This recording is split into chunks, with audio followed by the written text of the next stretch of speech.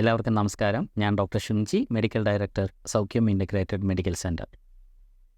ശരീരത്തിൻ്റെ ഏറ്റവും വലിയ ഡീടോക്സ് മിഷൻ അല്ലെങ്കിൽ ശരീരത്തിനെ ശുദ്ധീകരിക്കാനുള്ള കേന്ദ്രം ഏതാണെന്ന് ചോദിച്ചു കഴിഞ്ഞാൽ ഏറ്റവും ആദ്യം നമ്മുടെ മനസ്സിൽ വരുന്ന ഉത്തരം ലിവർ എന്നാണ്. ലിവറിൻ്റെ സംബന്ധിച്ചിട്ടുള്ള ആരോഗ്യമാണ് നമ്മുടെ പൊതുവായിട്ടുള്ള ആരോഗ്യത്തെ സംരക്ഷിക്കുന്നതെന്നും നമുക്കറിയാം. ലിവറിന് വരുന്ന ഏതൊരു പ്രശ്നവും നമ്മൾ ഡീടോക്സുമായിട്ട് ബന്ധപ്പെട്ട കാര്യങ്ങളെ ബാധിക്കാം. അതുപോലെ തന്നെ ദഹനവുമായിട്ട് ബന്ധപ്പെട്ട കാര്യങ്ങളെയും അത് ബാധിച്ചേക്കാം. അപ്പോൾ അതുകൊണ്ട് തന്നെ ലിവറിൻ്റെ ആരോഗ്യം സംരക്ഷിക്കേണ്ടത് ഒരു പൊതു ആരോഗ്യം സംരക്ഷിക്കുന്നതിൻ്റെ ഏറ്റവും പ്രധാനപ്പെട്ട ഒരു കാര്യവുമായിട്ട് നമുക്കെടുക്കാം. കേരളം പോലെ അടിസ്ഥാന സൗകര്യങ്ങൾ വളരെയധികം വികസിച്ചിട്ടുള്ള ഒരു സംസ്ഥാനത്ത് പക്ഷേ ഇന്ന് പ്രത്യേകിച്ച് നമ്മുടെ ആരോഗ്യ പരിപാലന രംഗത്തൊക്കെ വളരെയധികം കുതിച്ചുചാട്ടങ്ങൾ ഉണ്ടായിട്ടുണ്ടെങ്കിൽ പോലും ലിവറിൻ്റെ ആരോഗ്യം സംരക്ഷിക്കുന്നതിൽ നമ്മൾ ഇന്ന് വളരെ പുറകോട്ട് പോയിക്കൊണ്ടിരിക്കുകയാണ്. ഒരു പക്ഷേ ഏതെങ്കിലും കാരണവശാൽ എന്തെങ്കിലും രോഗത്തിൻ്റെ ഡയഗ്നോസിസിന് വേണ്ടി നമ്മൾ അൾട്രാസോണോഗ്രഫി ചെയ്യുമ്പോഴാണ് പലപ്പോഴും നമുക്ക് ഫാറ്റി ലിവർ എന്ന് പറയുന്ന ഒരു പ്രശ്നമുണ്ട് എന്നുള്ള കാര്യം നമ്മൾ മനസ്സിലാക്കുക. സാധാരണഗതിയിൽ ഡോക്ടേഴ്സ് പോലും ഗ്രേഡ് 1 ഫാറ്റി ലിവർ ആണെങ്കിൽ അതിനെ മൈൻഡ് ചെയ്യാറില്ല, നിങ്ങളോട് പ്രത്യേകിച്ച് ഒന്നും പറയണമെന്നുമില്ല. ഇനി അഥവാ ചോദിച്ചാൽ തന്നെ പലപ്പോഴും പറയാം ഫാറ്റി ലിവർ ഗ്രേഡ് 1 എന്നുള്ളത് പേടിക്കാനൊന്നുമില്ല, അത് അവിടെ കിടന്നോട്ടെ, കുഴപ്പമില്ല എന്നാണ് നമ്മൾ പറയുക. അത് പിന്നീട് അത് ഗ്രേഡ് 2 എത്തുമ്പോൾ പോലും നമ്മൾ വളരെ അതിനെ ശ്രദ്ധിക്കാറേ ഇല്ല എന്ന് തന്നെ പറയാം. പ്രത്യേകിച്ച് നമ്മൾ ലിവർ ഫങ്ഷൻ ടെസ്റ്റൊക്കെ നമ്മൾ ബ്ലഡിൽ ചെയ്യുന്ന സമയത്ത് SGPT ഒക്കെ കൂടും. അത് 35-40 നിൽക്കുന്നതാണ് ഓപ്റ്റിമം. അത് ചിലപ്പോൾ 70, 80, 100 ഒക്കെ ആയിട്ട് മാറുമ്പോൾ തന്നെ നമുക്ക് ഈ പറയുന്ന ഫാറ്റി ലിവറിൻ്റെ സാധ്യതകൾ പരിഗണിക്കേണ്ടതിരിക്കും. അങ്ങനെ ഒരു റിസൾട്ട് നിങ്ങൾക്ക് SGPT കൂടുതലായിട്ട് കിട്ടിയാൽ പോലും നിങ്ങൾ ഒന്ന് അൾട്രാസൗണ്ട് ചെയ്യുന്നതും നല്ലതായിരിക്കും. അപ്പോൾ സാധാരണഗതിയിൽ ഇങ്ങനെ ഒരു പ്രശ്നം വന്നാൽ എങ്ങനെ അതിനെ മറികടക്കാമെന്ന് ചോദിച്ചു കഴിഞ്ഞാൽ ഒറ്റ ഉത്തരം ലിവറിന് അല്പം റെസ്റ്റ് കൊടുക്കുക എന്നുള്ളത് തന്നെയാണ്. ലിവറിന് എങ്ങനെയാണ് റെസ്റ്റ് കൊടുക്കുക? ലിവറിന് റെസ്റ്റ് കൊടുക്കേണ്ടത് പ്രധാനമായിട്ടും ലിവറിന് കൊടുക്കുന്ന ഉപാപചയ പ്രവർത്തനങ്ങളുടെ കാര്യം കുറച്ച് കൊണ്ടുവരിക. മറ്റൊരു രീതിയിൽ പറയുകയാണെങ്കിൽ ഫാറ്റി ലിവർ ഉണ്ടാക്കാൻ സാധ്യതയുള്ള ഇൻഗ്രീഡിയൻസ് കൊടുക്കാതിരിക്കുക.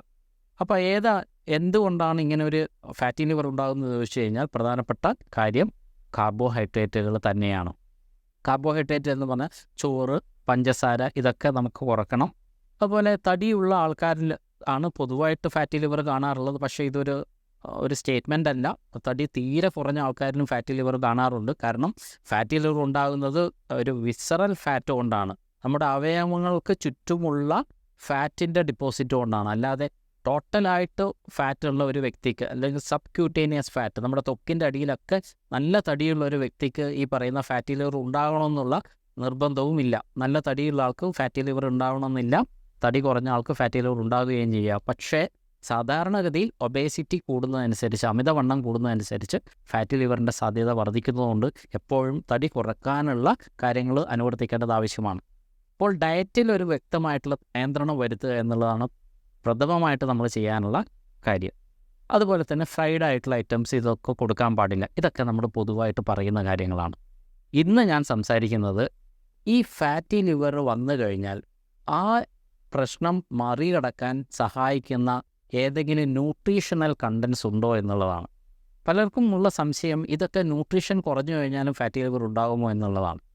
തീർച്ചയായിട്ടും ഒരു സംശയവും വേണ്ട. നിങ്ങൾ അന്നജം നിയന്ത്രിക്കുന്ന ആളായാൽ പോലും അല്ലെങ്കിൽ പഞ്ചസാര കഴിക്കാത്ത ആളായാൽ പോലും നിങ്ങൾക്ക് ചില ന്യൂട്രീഷൻ്റെ അപര്യാപ്തത മൂലം ഫാറ്റി ലിവർ ഉണ്ടാകാം. പലപ്പോഴും എൻ്റെ ക്ലിനിക്കൽ പ്രാക്ടീസിനകത്ത് ഇവിടെ വരുന്ന ചില പേഷ്യൻസിനൊക്കെ നമ്മൾ വൈറ്റമിൻ B12 കൊടുത്തത് കൊണ്ട് മാത്രം ഫാറ്റി ലിവർ കുറഞ്ഞ ആൾക്കാരുണ്ട്, ചെറിയൊരു ഡയറ്ററി മാനേജ്മെൻറ്റിൽ കൂടി. അപ്പോൾ ഇന്ന് നമുക്ക് എന്തൊക്കെ വൈറ്റമിൻസാണ് ഏറ്റവും പ്രധാനമായിട്ടും ഫാറ്റി ലിവർ കുറക്കാൻ വേണ്ടി സഹായിക്കുന്നതെന്ന് കാണാം. ഏറ്റവും ആദ്യം പറയാനുള്ളത് വൈറ്റമിൻ D ആണ്. എന്താണ് വൈറ്റമിൻ ഡിയുടെ പ്രത്യേകത? വൈറ്റമിൻ D ശരിക്കും നിങ്ങൾ ഇൻ്റർമിറ്റൻറ്റ് ഫാസ്റ്റിംഗ് എന്ന് കേട്ടിട്ടുണ്ടാവുമല്ലോ. ഇൻ്റർമിറ്റൻറ്റ് ഫാസ്റ്റിങ്ങിനകത്ത് നടക്കുന്ന ശാസ്ത്രീയമായ കാര്യം എന്താണെന്ന് വെച്ചാൽ ഓട്ടോഫേജി, അല്ലെങ്കിൽ നമ്മുടെ നല്ല കോശങ്ങൾ ചീത്ത കോശങ്ങളെ എൻഗൾഫ് ചെയ്യുക അല്ലെങ്കിൽ വിഴുങ്ങുക, അതിനെ നശിപ്പിക്കുക. അപ്പോൾ ശരീരത്തിനകത്ത് സ്വയമായിട്ടുള്ള ഒരു ശുദ്ധീകരണ പ്രക്രിയയാണ് ഓട്ടോഫേജി എന്നുകൊണ്ട് ഉദ്ദേശിക്കുന്നത്. അപ്പോൾ ഇവിടെ ഈ വൈറ്റമിൻ D എന്ന് പറയുന്ന കാര്യം നമ്മുടെ ലിവറിനകത്തുള്ള ഒരു ഓട്ടോഫേജി ഇൻഡ്യൂസ് ചെയ്യും. അല്ലെങ്കിൽ ലിവറിനകത്തുള്ള ടോക്സിൻസിനെ പുറത്തേക്ക് കളയാൻ വേണ്ടി സഹായിക്കുന്ന ഒരു പ്രധാനപ്പെട്ട ഒരു ഓട്ടോഫേജി ഇൻഡ്യൂസ് ചെയ്യാൻ സഹായിക്കുന്ന ഒരു പ്രധാന ഘടകമാണ് വൈറ്റമിൻ ഡി എന്ന് പറഞ്ഞാൽ. അതേപോലെ തന്നെ ഇതൊരു ആൻറ്റി ഫൈബ്രോട്ടിക് ഏജൻറ്റ് കൂടിയാണ്. ആൻറ്റി ഫൈബ്രോട്ടിക് എന്ന് പറഞ്ഞാൽ ഫൈബ്രോസിസ് ആണ് ലിവർ സിറോസിസിനുള്ള വഴി. അപ്പോൾ ഈ ഫൈബ്രോസിസ് വരാനുള്ള സാധ്യതകൾ കുറക്കുന്ന സാധനമാണ് ആൻറ്റി ഫൈബ്രോട്ടിക് ആയിട്ട് നമ്മൾ പറയുക. അപ്പോൾ ആൻറ്റി ഫൈബ്രോട്ടിക് ആക്ഷൻ നന്നായിട്ടുള്ള ഒരു വൈറ്റാമിനും കൂടിയാണ് വൈറ്റാമിൻ ഡി. അതുകൊണ്ട് നിങ്ങളുടെ ശരീരത്തിനകത്ത് വൈറ്റാമിൻ ഡി കുറയാതിരിക്കാൻ എന്തൊക്കെ കാര്യങ്ങൾ ചെയ്യാൻ പറ്റുമോ അതൊക്കെ നിങ്ങൾ കൃത്യമായിട്ട് ചെയ്യുക. നോർമലി നമ്മുടെ ശരീരത്തിനകത്ത് ആവശ്യമുള്ളത് 10 to 15,000 ഇൻ്റർനാഷണൽ യൂണിറ്റാണ് വൈറ്റാമിൻ ഡി. പക്ഷേ ഇതുപോലെയുള്ള പ്രശ്നങ്ങൾ വന്നു കഴിഞ്ഞാൽ ഇച്ചിരി കൂടെ കൂട്ടി ഒരു 15 തൊട്ട് 20,000 വരെ ഇൻ്റർനാഷണൽ യൂണിറ്റ് കൊടുക്കുന്നതായിരിക്കും കുറച്ചും കൂടെ അഭികാമ്യമായിട്ടുള്ള കാര്യം. ഇനി അടുത്തതായിട്ടുള്ള രണ്ടാമത്തെ പ്രധാനപ്പെട്ട വൈറ്റാമിൻ എന്ന് പറയുന്നത് ആൻറ്റി ഓക്സിഡൻറ്റുകളാണ്.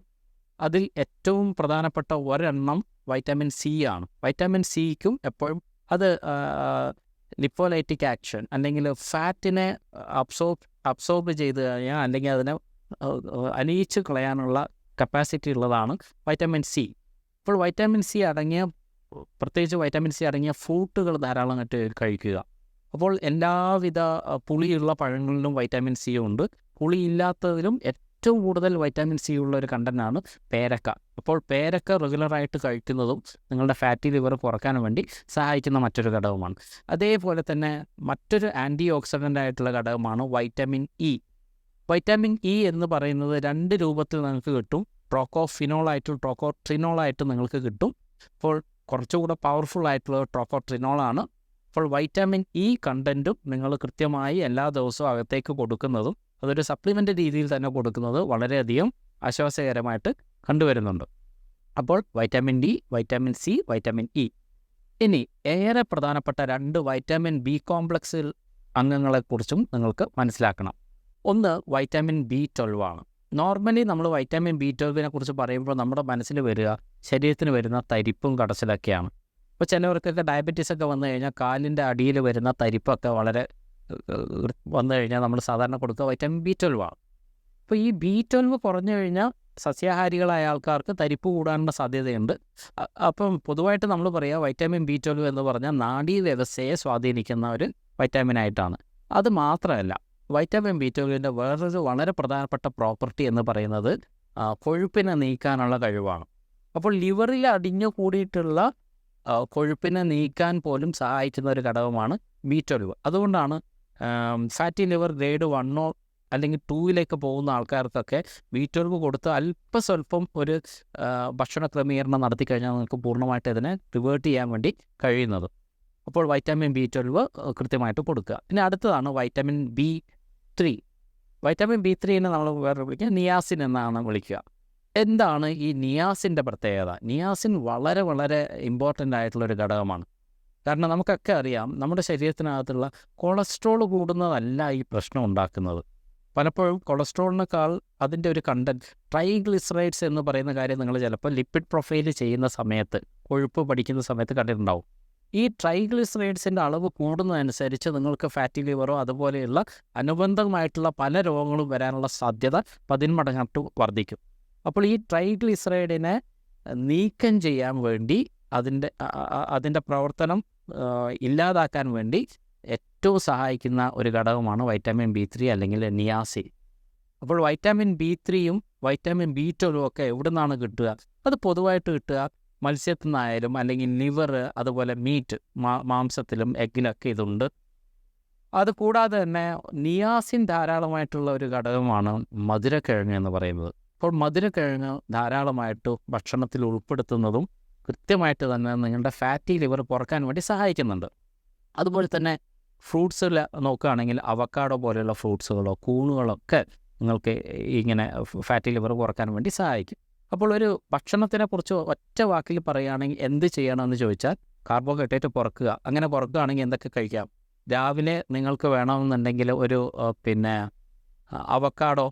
അവക്കാഡോ കൊണ്ടുണ്ടാകുന്ന ഒരു തേങ്ങാപ്പാലിലൊക്കെ മിക്സ് ചെയ്തിട്ട് ഒരു ഡ്രിങ്കായിട്ട് അത് ഉപയോഗിക്കാം. അതേപോലെ തന്നെ ഉച്ചയ്ക്ക് അല്പം ചോറിൻ്റെ അളവ് കുറച്ച് കറികൾ ധാരാളമായിട്ട് ഉൾപ്പെടുത്തിക്കൊണ്ടുള്ള ഒരു ഭക്ഷണ ക്രമീകരണത്തിലേക്ക് വരാം.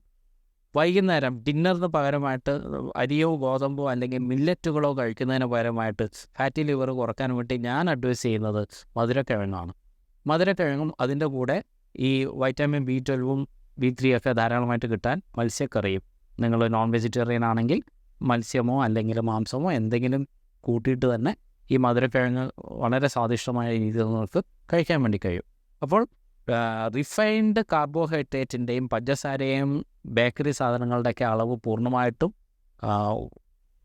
ഒഴിവാക്കി അരിയുടെ അളവും കുറേയൊക്കെ കുറച്ച് കൃത്യമായി ഞാൻ നേരത്തെ സൂചിപ്പിച്ച 5 വൈറ്റാമിനുകളും കൊടുക്കുകയാണെങ്കിൽ പൂർണ്ണമായിട്ടും തന്നെ നിങ്ങൾക്ക് ഫാറ്റി ലിവർ നിങ്ങളുടെ പരിധിയിലേക്ക് വരുത്താൻ വേണ്ടി കഴിയും. മറ്റൊരു വീഡിയോയിൽ വീണ്ടും കാണുന്നതുവരെ എല്ലാവർക്കും നന്ദി.